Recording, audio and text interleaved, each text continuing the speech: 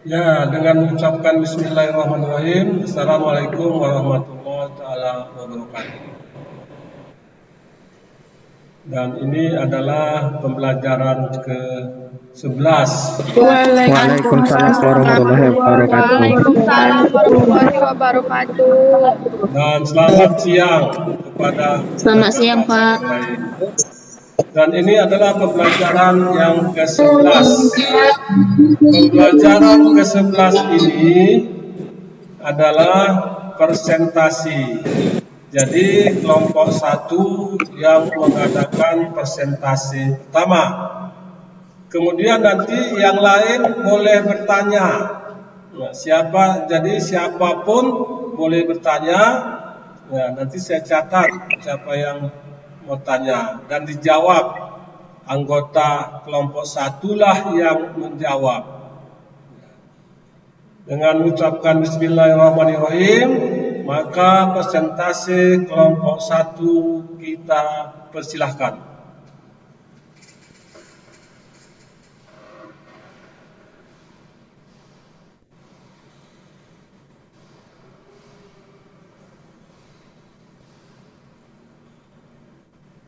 Oke, Tania. Saya share screen dulu ya, Pak. Iya, share screen dulu.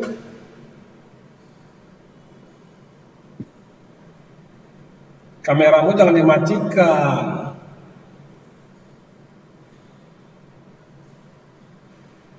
Mati sendiri, Pak. Oh iya. Sebentar ya, Pak.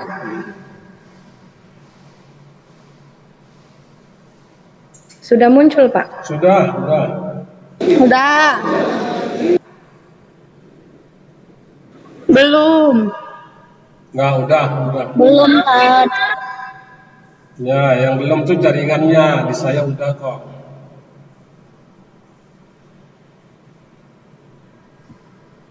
Masih bentuk file dia munculnya. Slide-nya belum ada, Pak, slide-nya. Iya, Bentuk slide-nya. Slide-nya belum muncul, Wek. Iya, Belum. buka. Slide-nya belum muncul.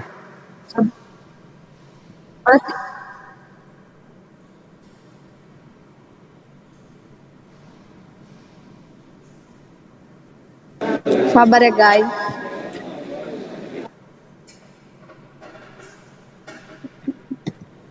Belum muncul. Belum, Tan. Belum. Slide-nya belum terbuka. Udah?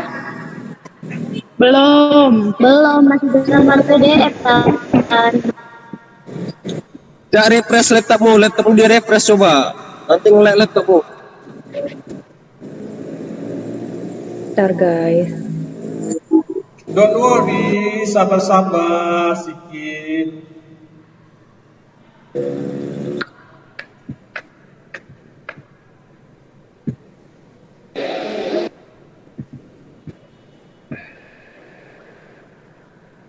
Udah?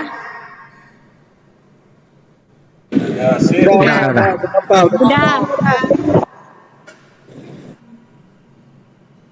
Kamera saya mati. Kameraku mati, guys. Hidup. Mati. Jaringan itu. Udah bisa kita mulai, Pak? Iya, silakan.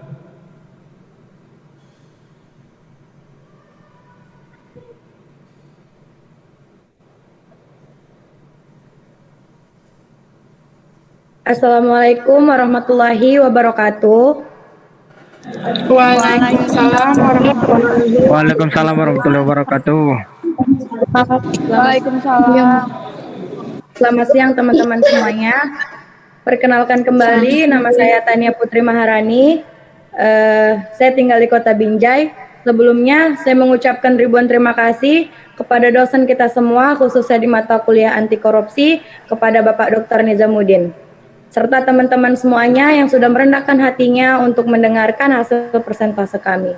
Nah, teman-teman semuanya, ada judul besar yang kami ambil untuk mengupas tuntas bedah kasus korupsi 3 wali kota Medan. Nah, kelompok kami terdiri dari beberapa anggota kelompok, teman-teman. Yang pertama ada Rizky Rahmawansyah, yang kedua ada Saputri Nurbaiti, yang ketiga ada Safika Amanda, keempat Silvani Rizka Ayuni, kelima Tania Putri Maharani, dan keenam Tarisa Octavia Devi. Buat teman-teman semuanya, di sini kami bakal membahas 3 kasus yang bakal dijelaskan oleh partner kelompok saya, bukan saya. Langsung saja kita masuk ke kasus pertama yang bakal dijelaskan oleh Silvani. Kepada Silvani dipersilakan. Oke, perkenalkan nama saya Silvani Rizka Yuni. Saya berterima kasih kepada moderator karena sudah memperkenankan saya untuk membaca materi dengan subtema kasus wali kota Zulmi Eldin. Kasus yang terjadi, Eldin diduga menerima setoran dari dinas-dinas yang sudah berlangsung beberapa kali. Uang yang diamankan oleh OTT Zulmi Eldin lebih dari 200 juta. Tim sedang mendalami lebih lanjut. Beber juru bicara KPK Febri Diansyah. 2. Waktu penangkapan. Paling anyar, penangkapan Zulmi Eldin dalam operasi tangkap tangan yang dilakukan Komisi Pemberantasan Korupsi pada Rabu dini hari 16 bulan 10 2019. 3. Vonis hukuman. Saat ini, Wali Kota Medan Zulmi Eldin dibawa ke Gedung Merah Putih KPK di Jakarta untuk menjalani pemeriksaan sesuai KUHP. KPK mempunyai waktu maksimal 24 jam untuk menentukan status hukum perkaranya. Sekian dari presentasi kasus pertama, selanjutnya saya kembalikan kepada moderator. Oke teman-teman semuanya, kita masuk ke materi yang kedua, yaitu bakal dijelaskan oleh Saputri. Kepada Saputri dipersilakan. Baik, sebelumnya perkenalkan nama saya Saputri Nurbaiti. Saya berterima kasih kepada moderator yang sudah memperkenankan saya untuk membaca materi presentasi kasus kedua dengan tema kasus Wali Kota Medan Rauman Harahap. 1. Kasus yang terjadi. Eldin diduga menerima setoran dari dinas-dinas yang sudah berlangsung beberapa kali. Uang yang diamankan saat OOT di Zulmi Eldin lebih dari 200 juta. Maaf Pak. B. Kasus Wali Kota Rauman Harahap. 1. Kasus yang terjadi. Rauman Harahap dinyatakan telah terbukti secara sah dan meyakinkan melakukan tindak pidana korupsi secara bersama-sama. Dia melakukan perbuatan yang diatur dan diancam dengan pasal 2 ayat 1 Jo pasal 18 Undang-Undang Nomor 31 Tahun 1999 tentang pemberantasan tindak pidana korupsi sebagaimana diubah dengan Undang-Undang Nomor 20 Tahun 2001 Jo pasal 55 ayat 1 ke 1 KUHP pidana. Rauman Harahap juga tersangkut tindak pidana korupsi pengalihan hak atas tanah negara milik PT Kereta Api Indonesia atau PT KAI di Jalan Jawa Medan.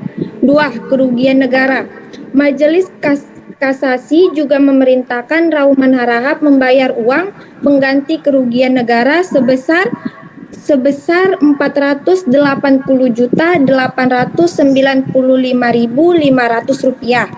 3. Vonis hukuman. Rauman Harahap kemudian dijatuhi hukuman 5 tahun penjara dan denda sebesar 200 juta subsidiar 6 bulan kurungan. Sekian dari presentasi kasus kedua. Selanjutnya saya kembalikan kepada moderator. Terima kasih. Terima kasih kepada Saputri. Next teman-teman semuanya, kita masuk ke kasus ketiga, yaitu kasus terakhir yang bakal dijelasi oleh salah satu kelompok saya juga, yaitu Tarisa Octavia. Dipersilakan. Oke, sebelumnya perkenalkan nama saya Tarisa Octavia Devi. Saya berterima kasih kepada moderator yang sudah memperkenalkan saya untuk membawa materi presentasi kasus ketiga dengan subtema kasus Wali Kota Abdillah. 1. Kasus yang terjadi. Pada tahun 2008, Wali Kota Medan kala itu Abdillah juga harus berurusan dengan KPK. Dia kemudian divonis 4 tahun penjara terkait kasus korupsi pengadaan mobil pemadam kebakaran dan penyelewangan APBD Kota Medan pada tahun 2002 sampai tahun 2006. Kedua, kasus terkait. Di saat hampir bersamaan, Wakil Wali Kota Medan Ramli Lubis yang ketika itu berseberangan dengan Abdillah juga diringkus KPK. Dia terjerat perkara sama dan dihukum penjara selama 4 tahun. Yang ketiga, vonis hukuman. Selepas menjalani hukuman dalam perkara yang ditangani KPK, Ramli juga dijerat kejaksaan dengan perkara Ruslang, Kebun Binatang Medan. Dia dijatuhkan hukuman 4,5 tahun penjara.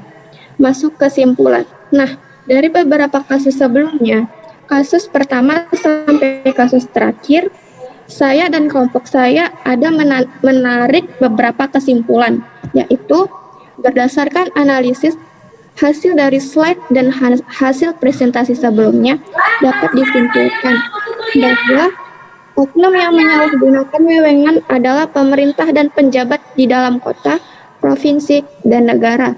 Sendiri, tindak pidana korupsi di Indonesia semakin banyak terjadi dan memberikan dampak bagi rakyat di sekeliling bahkan rakyat di seluruh dunia. Kedua, lalu rakyat harus menanggung akibat dari tindak pidana korupsi. Konsep vonis hukuman yang dilakukan negara bagi koruptor dapat dijalankan dengan perampasan aset hasil dari tindak pidana korupsi dan penggantian kerugian yang ditimbulkan akibat tindak pidana korupsi. Konsep ini dimulai mampu memberikan efek jera sekaligus sebagai bentuk mengurangi tindak pidana korupsi. Dari beberapa pembahasan dan kasus-kasus sebelumnya, ada tips cara mencegah korupsi di lingkungan keluarga. 1. Memberikan pendidikan yang baik kepada semua anggota keluarga. 2. Orang tua harus memberikan contoh baik kepada anak. 3. Mengajarkan ilmu agama kepada anak. 4. Menanamkan sikap disiplin kepada anak sejak dini. 5. Memberikan makan yang halal untuk keluarga, bukan hasil dari korupsi. Adapun beberapa tips generasi muda bebas korupsi dengan menerapkan 9 cara berikut. 1. Jujur. 2. Berani. 3. Disiplin. 4. Kerja keras. 5. Adil. 6. Peduli. 7. Mandiri. 8. Sederhana. Dan yang terakhir, tanggung jawab. Sekian dari presentasi hasil materi kelompok kami. Selanjutnya saya kembalikan kepada moderator. Oke teman-teman semuanya, sekian persentase kelompok kami. Kami menerima kritik dan saran dari teman-teman. Melainkan yang menerima sesi pertanyaan dan jawaban itu saya serahkan kepada kelompok saya, yaitu Rizky Rahmawansyah dan Safika Amanda. Baik, Dipersilakan. terima kasih kepada moderator atas kesempatannya. Saya Rizky Rahmawansyah dan Safika Amanda dan kelompok saya yang sudah membacakan materinya. Semoga teman-teman yang mendengar dapat memahaminya. Di sesi ini kami membuka sesi tanya jawab bagi teman-teman semua. Yang mau memberikan saran serta kritiknya kami persilakan dengan segala hormat. Tutup dulu apanya. Share screen-nya tutup dulu. Share screen-nya tutup dulu. Ya. Oke, silakan yang ingin bertanya. Saya, Pak. Saya, Pak. Nah, si Tarima Nurhayati, si Tarima. Yuk kepada Tarima dipersilakan, sebutkan nama dan dari kelompok berapa.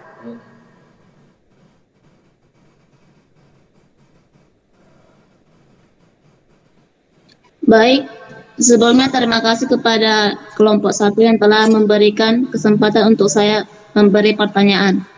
Sebelumnya perkenalkan, nama saya Tarima Nurhayati Pangaribuan dengan NPM 21153101127 dari kelompok 3. Untuk kasus pertama yaitu Zumi Eldin, ada dituliskan hukuman, ada di situ hukuman vonis yang dijatuhi. Berapa tahun hukuman apa yang dijatuhi pengadilan umum kepada Zumi Eldi atas tindak pidana yang dilakukan tersebut? Sekian pertanyaan dari saya, terima kasih. Baik, terima kasih kepada Tarima Nurbaiti. Kami akan menjawabnya.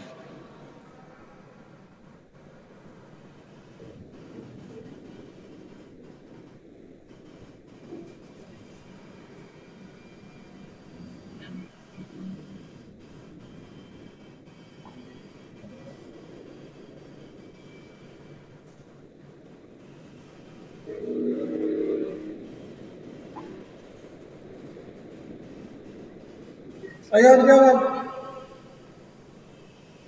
Kepada Safika Amanda dipersilakan untuk menjawab.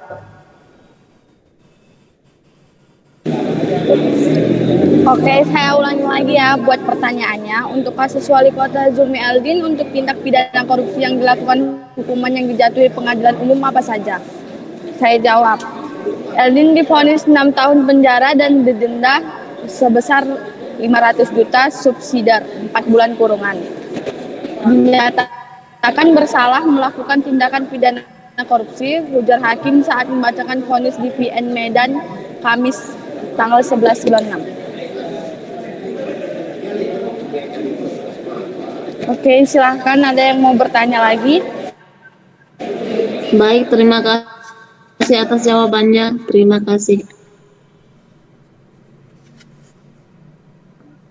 Saya izin bertanya.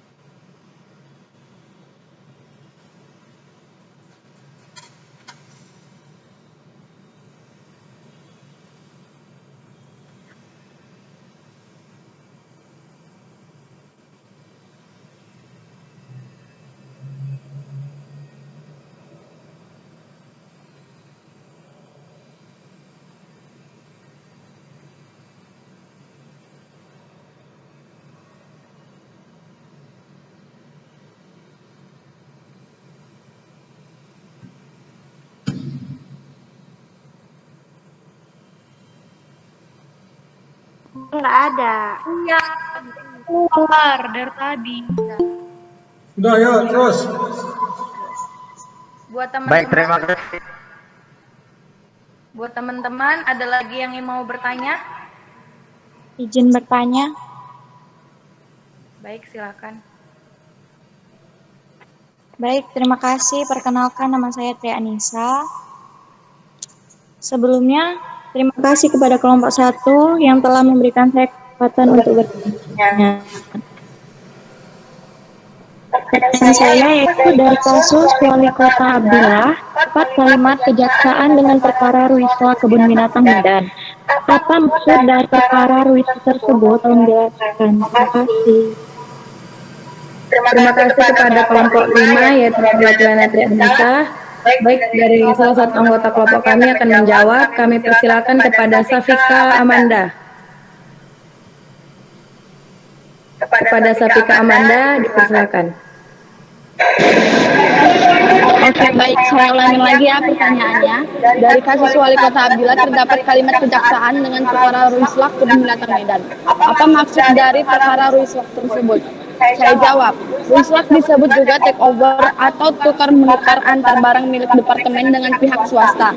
11.1 pengertian tukar menukar disebutkan dalam pasal 1 angka 19 Peraturan Pemerintah Nomor 27 Tahun 2014 tentang pengolahan barang milik negara atau daerah, yaitu pengalihan barang milik daerah tersebut.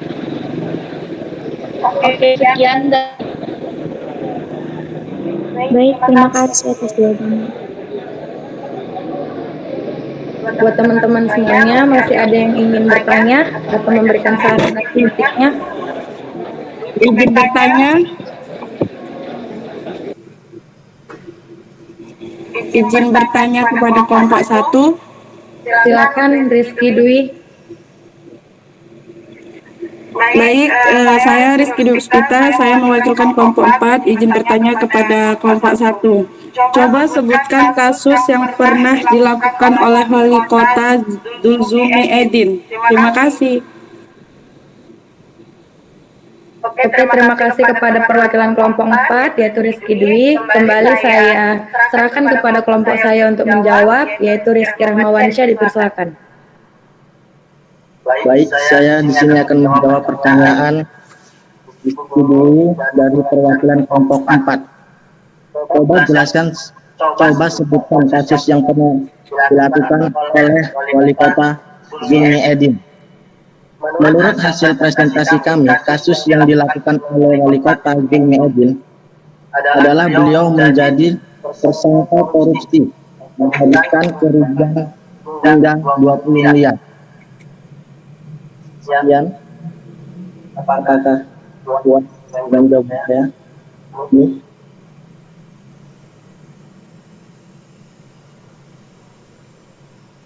Baik, terima kasih kepada teman-teman semua yang apa ada lagi pertanyaan buat kelompok ini?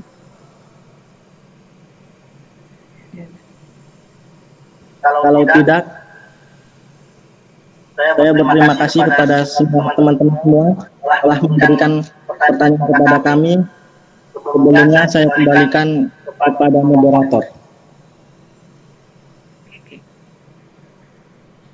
Oke teman-teman semuanya, sekian dari persentase kami pada siang hari ini. Bila dari antara kami ada salah kata atau yang lainnya, kami mohon maaf. Semoga teman-teman semua bisa memaklumi. Semoga dari materi sebelumnya dan pembahasan kami sebelumnya dapat teman-teman pahami dengan mudah. Sekian dari saya akhiri dengan wabillahi taufiq wal hidayah. Wassalamualaikum warahmatullahi wabarakatuh. Waalaikumsalam warahmatullahi wabarakatuh. Presentasi dari kelompok 1 ya lumayan bagus, Cuman di situ tidak dijelaskan ya kasus pertama si Zulmi Edin, ya dia korupsi setoran, dia masuk kemana? Ya dalam undang-undang korupsi kan ada 6 dia, ya ada penyuapan, kemudian benturan kepentingan, gratifikasi, pemerasan, penyuapan, penyalahgunaan wewenang. Ya kemana dia masuk? Tadi kan cuma dikatakan hanya dia merugikan hanya dikatakan setoran. Jadi setoran itu nggak ada loh di dalam Undang-Undang Nomor 30 itu tidak ada. Nah, dia masuk kemana itu? Apakah dia merugikan negara atau menyalahgunakan wewenang atau dia penyuapan atau gratifikasi? Ada 6. Jadi masing-masing ini masuk kemana dia? Setoran yang pertama, yang kedua, dan yang ketiga kasusnya itu masuk kemana dia? Yang pertama kasusnya tadi kan setoran. Setoran itu apa? Berarti kan setoran itu kan dia menyuap, ya, menerima suap. Nah, ya kan berarti dia menerima suap. Jadi dia melanggar tindak pidana korupsi menurut Undang-Undang Nomor 30 Tahun 2019 itu dia termasuk menerima suap. Nah, itu. Yang kedua masuk kemana dia? Nah, yang ketiga masuk kemana dia? Ya, jadi itulah yang harus dimasukkan ke poin-poinnya tadi. Ya, kita memang kasus seperti itu. Ya, tapi secara rincinya menganalisanya dia masuk ke mana dia, ke faktor mana ya yang dilakukannya tadi. Oke, ya sangat bagus sekali. Ya. Terima kasih kelompok 1. Kita beri aplaus dulu kelompok 1 semua.